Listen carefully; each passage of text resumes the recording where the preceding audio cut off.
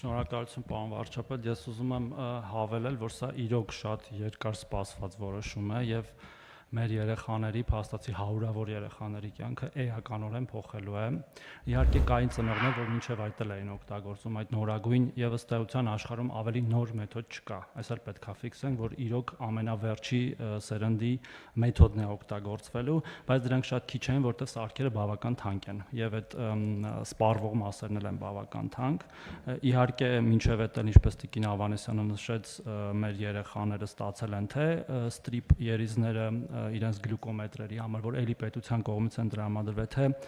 շատ կարևոր էր այդ 18-ից 28-ի ընդլայնումը, որտեղ դա նաև ընդառաջ էր մեր ծնողների խնդրանքներին, քանի որ հենց 18-ում անձի ֆունկցիոնալության գնահատում անցնելիս արդեն որպես չափահաս նրանցից շատերը գնահատվում էին այնպիսի աստիճանի սահմանափակումով, որը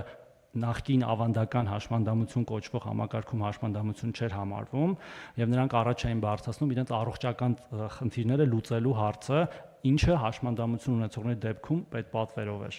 Այս շատ կարևոր էր, ու մենք անդադար հանդիպում ենք մեր ծնողների հետ, այս հարցերը լսում ենք եւ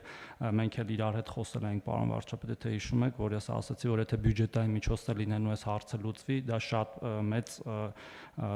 առավելություն կլինի այդ ծնողների համար։ Ուզում եմ նաեւ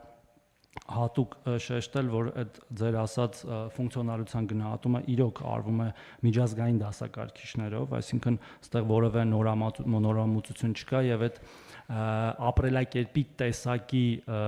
վերածելը հաշմանդամությունը մեր քաղաքականությունն է, որը ես կարող եմ ասել, որ հաջողությամբ տեղի է ունենում։ Դա նաև ինչի է բերում։ Մենք տալիս ենք աջակցող միջոցներ դրա հիման վրա, ավելի լայն կազմով աջակցող միջոցներ, այդ թվում են քաղաքացիներին, որոնց էլի սահմանափակումը չի անցնում հաշմանդամության շեմը, եթե նրանք անցնում են անձի ֆունկցիոնալության գնահատում եւ ունենում են թեթև սահմանափակումներ։ Նաև ուզում եմ հատուկ շեշտել, որ ինչի էին մեր քաղաքացիները նաև ուզում այդ հաշմանդամությունը եւ ինչպես այդ հարցը լուծվելու նաև ապահովագրության միջոցով։ Իրենք այդ հաշմանդամության կարգերը ուզում են, որտեվ դրանով էլի պետպատվեր էին ստանում եւ քաղաքացիների մի զգալի մասի համար այդ հարցը լուծվելու է, հուսով ենք հունվարի 1-ից մեկնարկող ապահովագրությունով եւ արդեն կարծես է արհեստական ճնշում մեր գնահատողների վրա կամ առնվազն չի լինի կամ կքչանա այդ ճնշումը։ Հիմա տեսեք, նույն հենց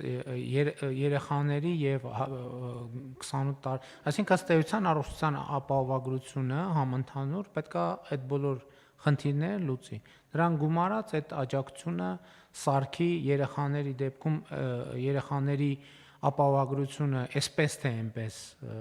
լուծվելու էր, գումարած սարքերը, գումարած դեղամիջոցները